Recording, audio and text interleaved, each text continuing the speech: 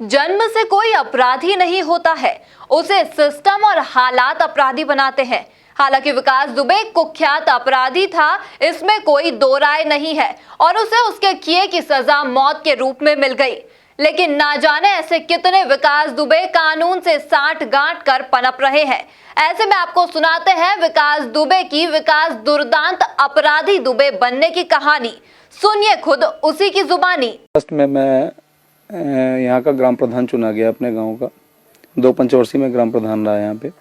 इसके बाद मैं जिला पंचायत सदस्य हुआ। मेरा छोटा भाई भी ग्राम प्रधान रहा, बगल के गांव से बीटी से भी निर्विरोध ग्राम प्रधान रहा वो। अब मेरी बहू जिला पंचायत सदस्य है इस समय, वर्तमान समय में भी। छोटा भाई मेरा ग्राम प्रधान है निर्विरोध यहाँ का ग्राम बिकरू का। और मेरी पारिवारिक पृष्ठभूमि, मेरे बाबा भी यहाँ के जमींदार भी थे और ग्राम प्रधान भी थे, बाद में हुए। मेरी पारिवारिक पृष्ठभूमि ही राजनीतिक है। तो राजनीतिक पृष्ठभूमि तो मेरी पारिवारिक है, मेरी पैदाइशी कहिए तो आप पैदाइशी है। विकास दुबे जी, किस तरह से आपको कहा जाता है कि आप अपराध में डॉन नाम से बोला जाता है कि आप माफिया हैं, डॉन हैं, और लेकिन आपका राजनीतिक करियर है, क्या है बेसिकली, हकीकत क्या है? देखिए, एक्चुअल राजनीति में लाने का श्रेय मैंने पढ़ाई में ग्रेजुएशन किया है मैंने, और मैं अच्छा स्कॉलर रहा हूँ अपने टाइम का। राजनीति में लाने का श्रेय मुझे स्वर्गीय हरिकिशन श्रीवास्तव जी का है, जो मेरे राजनीतिक गुरु थे और उत्तर प्रदेश के कई बार मिनिस्टर रहे और उत्तर प्रदेश विधानसभा के अध्यक्ष भी रहे वो। उन्होंने मुझे राजनीति में लाने का प्रयास किया और उन्हीं के प्रयास से मैं राजनीति में आया। और जिस दिन से मैं राजनीति में आया तो लोगों को मेरे प्रभाव से और मेरी लोकप्रियता से ज्वेलसी होने लगी। आज तक कोई भी ऐसा मामला नहीं है जिसको मैंने अपने हाथ से मैंने कोई अपराध किया हो या मैंने कोई अपराध को बढ़ावा दिया हो। अपराध से मेरा कोई दूर दूर से रिश्ता नहीं है। मेरी राजनीतिक वर्चस्व की जंग है जो मेरे जिंदगी तक और मेरे मरते दम तक जारी रहेगी। लेकिन इस राजनीतिक वर्चस्व की जंग में बम, गोली और हत्या ये सब चलता नहीं, ऐसा नहीं है। हमारे यहाँ हमारी राजनीतिक जंग में कभी भी ऐसा कुछ भी नहीं हुआ कि मैंने किसी को मरवाया हो या किसी को मारा हो या किसी को मारने के लिए प्रेरित किया हो। किसी के ऊपर आरोप लगा देना, आप तो समझते हैं कि उत्तर प्रदेश में होता क्या है कि मर्डर कहीं होता है, फंसाए कई लोग जाते हैं। मर्डर कोई करता है, उसके भाई, उसके खानदान, उसके परिवार, उसके सब सारे लोगों को फंसाया जाता है। ये उत्तर प्रदेश की एक ये ट्रेंड बन गया है लोगों का राजनीति में फंसाने का, और उसी का मैं शिकार हुआ हूँ। श्रम राज्य मंत्री संतोष शुक्ला का हत्या का आपके ऊपर आरोप लगा, उस वक्त आप कहाँ थे? क्या वो हत्या आपने की? जी नहीं, जिस दिन उनकी हत्या हुई थी उस समय मैं थाने में अपनी FIR लिखाने हुए गया हुआ था। मेरे ऊपर अटैक हुआ था। उसके बाद मैं जब वहां से चला आया, जब अपने ऊपर अटैक किया मेरे ऊपर, मैं उस दिन कानपुर जा रहा था अपनी पत्नी को लेकर। वो बीमार थी, उनको किडनी पेन था। रास्ते में मेरे ऊपर बम से अटैक किया गया, बम और गोलियां चलाई गई मेरी गाड़ी पर।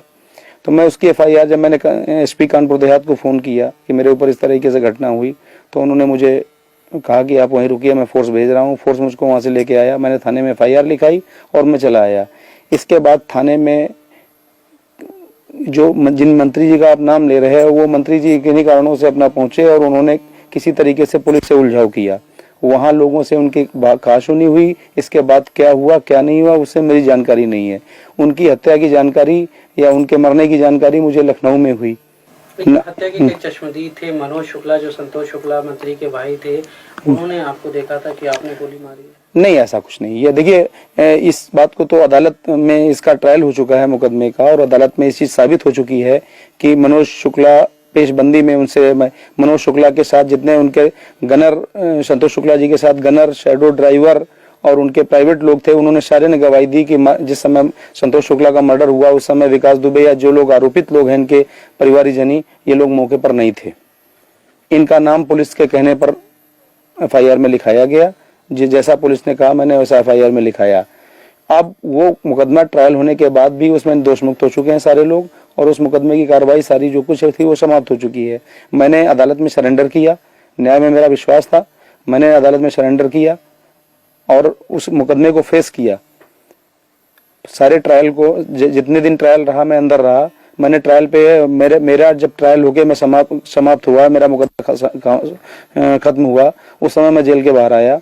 विकास दुबे जी, आप इस बात से सहमत हैं कि संतोष शुक्ला मंत्री जो थे जी उनसे आपकी डायरेक्ट चुनावी रंजिश थी? नहीं, ऐसा मेरी उनकी कभी कोई रंजिश मैं यहाँ तक कि मेरा कभी कोई गाली गलौज तक नहीं हुआ उनसे। हाँ, राजनीतिक वर्चस्व की जरूर लड़ाई थी। कहा जाता है डॉन है, क्या आप मानते हैं? नहीं, ऐसा कुछ भी नहीं है। मेरी ओपिनियन, आप क्षेत्र में जाइए, हमारे कम से कम विधानसभा, अगर पूरे जिले में नहीं जा पाते हैं तो कम से कम मेरी विधानसभा में जाके और प्रति गांव एक आदमी से सर्वे करिए। खाली विकास दुबे के बारे में व्यक्तिगत है, विकास दुबे का एक काम देखिए। विकास दुबे इस क्षेत्र के सबसे बड़े लैंडलॉर्ड हैं।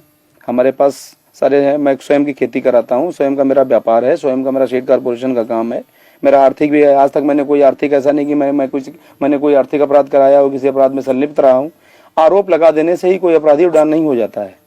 विकास दुबे के वर्चस्व को कम करने के लिए ये सारे मुकदमे फर्जी लगाए गए, जो कि अदालत में सारे खत्म हो चुके हैं। 2-4 मुकदमे भी ट्रायल पर हैं, जिनका मैं फेस कर रहा हूं, और ट्रायल होने के बाद जो भी अदालत निर्णय करेगी उसको मान्य करूंगा। मैं एक चीज जानना चाहता हूँ, छात्र जीवन से लेके अब तक आपके ऊपर कितने मुकदमे लगे गए, कितने में आप बरी हुए, कितने अभी आपके ऊपर चल रहे हैं? मेरे हिसाब से 45 मुकदमे आज तक मेरे ऊपर खिलाफ कायम किए गए। किस तरह के? गैंगस्टर के हैं, गुंडा एक्ट के हैं, पुलिस के। अभी आपने बताया सहारनपुर में साहब दिखाया कि साहब वो गैंगस्टर में वहां से वांछित थे, तो चूरन, नशे का चूरन खा रहे थे। आप जो आदमी अपने पूरी लाइफ में जिसने चाय न पी हो, 22 साल से चाय न पीता हो, उस आदमी को नशे का चूरन खाते हुए बता रहे हैं।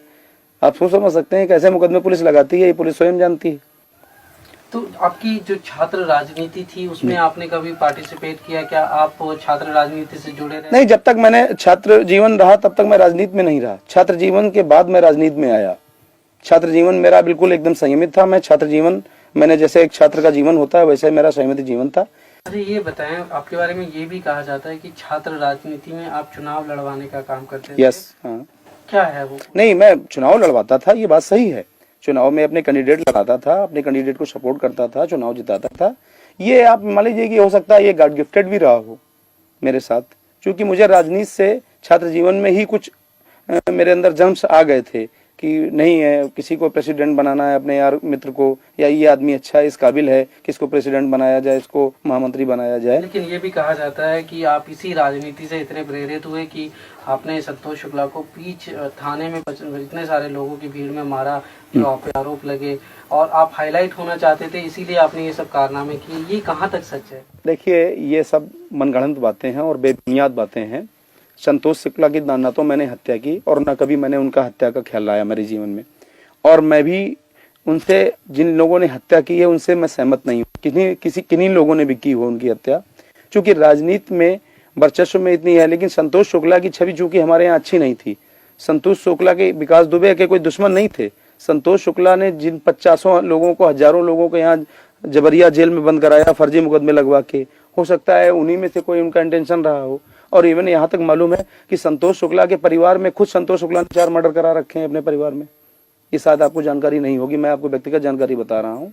संतोष शुक्ला ने अपने 2 भाइयों और अपने चाचा का मर्डर भी करा रखा है अपने गाँव में, और इनके गाँव के लोग भी इनके विरोधी हैं। वो हमारी विधानसभा के रहने वाले नहीं थे, लेकिन इनके गाँव के, और आज भी उसमें से एक आदमी फरार है। इनकी हत्या के उद्देश्य से फरार हुआ था रमाकांत शुक्ला, जो इनके परिवार का ही है, ग्राम प्रधान था इनके गाँव का, और वो इनकी हत्या के उद्देश्य से कसम खा के ही फरार हुआ था।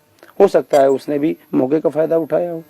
एक चीज और भी है कि जब उनकी हत्या होगी, आप इतने चर्चित हुए, पूरे देश में आपका नाम हुआ, तो उसके बाद आप वसूली का कारोबार करने लगे, आप लोगों को जो है। आज तक कोई ऐसा प्रमाण नहीं है, सरकारी तौर पर या लिखित तौर पर भी ऐसा कोई प्रमाण नहीं है, और विकास दुबे को ऐसी जरूरत भी नहीं है। विकास दुबे को ऊपर वाले ने जो दे रखा है उसमें विकास दुबे संतुष्ट है। तो ऐसा क्यों है? लोग आप देखिए, आपको शायद ना लगे, आपके इलाके के लोग की पूजा करते नहीं, मुझे ऐसा नहीं लगता। आपके नाम से नहीं, मुझे ऐसा नहीं लगता कि मुझे लोग हैं। मैं तो जिस समय गांव में या क्षेत्र में अपने निकलता हूँ, छोटे छोटे बच्चे भी पंडित जी कह के आगे मेरी गोद में आ जाते हैं। मैं कैसे जानूं कि लोग मुझे खौफ खाते हैं? और दूसरी बात मैं आपको बताऊं, खौफ से सिलेक्टेड हुआ जा सकता है, इलेक्टेड नहीं हुआ जा सकता है। इलेक्टेड आदमी वही हो सकता है, और आज तक मैं कभी सेलेक्ट होके कोई मैं नेता नहीं बना, ना मैंने पाया। आज तक जितने भी इलेक्शन लड़े, मैंने पब्लिक इलेक्शन लड़े, और आज के इस दौर में पब्लिक को टेरर में लेना या पब्लिक को टेरर लेके वोट लेना, ये संभव नहीं है। तो अभी आप नेक्स्ट क्या करेंगे? एमएलए का चुनाव लड़ेंगे या नहीं? मेरी आकांक्षा तो यही है कि मैं स्वस्थ हो जाऊं जल्दी, और स्वस्थ होने के बाद मेरे हाई कमान से मुझे निर्देश भी है कि जितनी जल्दी स्वस्थ हो जाएं, आपको इलेक्शन लड़ना है। आप जिस समय स्वस्थ हो जाएं, कमान रिपोर्ट करिए, आपको क्षेत्र दिया जाता है, जिस क्षेत्र के लिए आपको कहा जाता है उस क्षेत्र में आके आप चुनाव की तैयारी कीजिए। आपको अपनी सुरक्षा को लेकर कोई चिंता होती है? आपके तो बहुत दुश्मन होंगे। तो देखिए, राजनीति में आज तक कितने लोगों की हत्याएं हुई, सबको सुरक्षा मिली हुई थी। जब ऊपर वाला जब तक नहीं चाहेगा तब तक किसी की हत्या नहीं हो सकती। जब ऊपर वाला किसी के ऊपर ठीक होता है तब ठीक है। अगर हमने गलत काम किए होंगे तो मेरी हो सकता है हत्या भी हो सकती है। अगर मैंने अच्छे काम किए होंगे तो हो सकता है ऊपर वाला हमको भी लोगों की सेवा करने के लिए जिंदा भी रखेगा। लेकिन फिर भी सुरक्षा को लेके आप क्या एहतियात बरतते हैं? क्या सरकारी सुरक्षा आपने मांगी? देखिए, मुझे अभी तक सरकारी सुरक्षा प्राप्त थी। इस गवर्नमेंट में 11 दिसंबर 2004 तक 4 जनवरी 2005 तक मुझको सरकारी गनर प्राप्त था। एक बार नहीं, 3 4 बार प्राप्त रहा मुझे। लेकिन कुछ राजनीतिक कारणों से मेरा गनर वापस ले लिया गया, इसलिए मुझे व्यक्तिगत सुरक्षा अपनी रखनी पड़ती है। और चूंकि आप जानते हैं, उत्तर प्रदेश की राजनीति में राजनीति करने वाले आदमी को या चर्चित आदमी को अपने राजनीति से ज़्यादा अपने सुरक्षा की चिंता होती है, लेकिन मैं उतना भी चिंतित नहीं होता हूँ। सुरक्षा अपनी जगह है, चिंतित है, क्योंकि मुझे ये विश्वास है कि मैंने पब्लिक में ऐसा कोई गलत काम नहीं किया है जो जनता ये करे। लेकिन चूंकि राजनीति में सुरक्षा सिक्योरिटी करना कोई बुरी बात नहीं है, तो इसलिए अगर मैं अपनी सुरक्षा रखता हूं तो इसमें कोई हर्ज नहीं होना चाहिए किसी को। जी, ये बताएं, छात्र राजनीति आजकल क्या गंदी हुई है? क्या उसमें देखिए, हिंसा का बढ़ावा लेके? देखिए, मैं आपकी बात समझ गया पूरी इतनी बात में ही। देखिए, जिनको राजनीति में मठाधीश कहा जाता है, उन लोगों का सीधा दखल छात्र राजनीति में है, जो अपने उल्लू सीधे करते हैं छात्रों के जरिए से। और ये दखल, मठाधीशों का दखल छात्र राजनीति में कतई नहीं होना चाहिए, इसका मैं विरोधी हूँ। छात्र राजनीति एक प्राथमिक सीढ़ी है और वो बिल्कुल पाक साफ होनी चाहिए। क्योंकि जब बच्चा शुरुआत में बेसिकली पढ़ने जाता है, प्रेप या नर्सरी में, जो शिक्षा उस समय उसको प्राप्त होती है वही उसकी आखिरी तक ग्रेजुएशन और पोस्ट ग्रेजुएशन, एमटेक, बीटेक तक चलती है।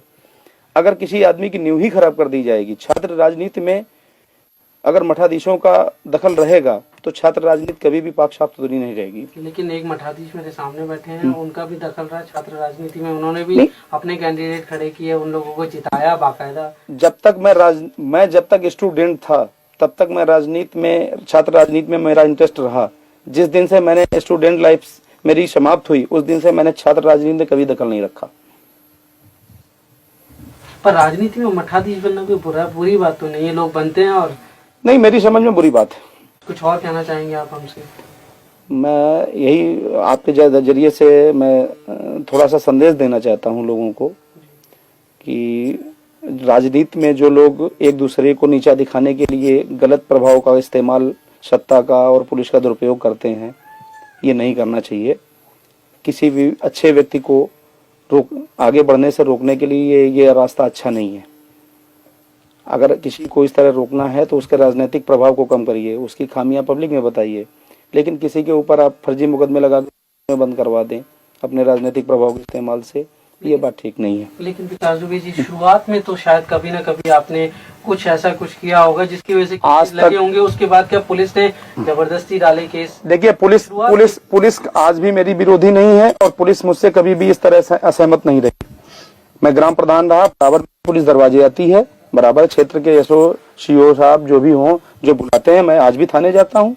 मैं कोई पुलिस से मुंह नहीं छिपाता हूँ। लेकिन जो मेरा सवाल है वो ये है कि शुरुआत में तो जरूर आपसे कुछ गलतियां हुई होंगी, जिसका बाद में जो है लंबे अरसे में पुलिस ने उसको ध्यान में रखते हुए और केसेस थोपे होंगे, चाहे वो राजनीतिक। देखिए, पुलिस ने जो कुछ भी किया मेरे साथ वो राजनीतिक दबाव में किया। पुलिस ने व्यक्तिगत रूप में मैंने ऐसा कोई काम किया और न पुलिस ने। देखिए, पुलिस को सिर्फ निर्देशित करके उनको दबाव देकर उनसे गलत कराया गया। पुलिस ने जानबूझकर मेरे साथ कोई गलत काम नहीं किया।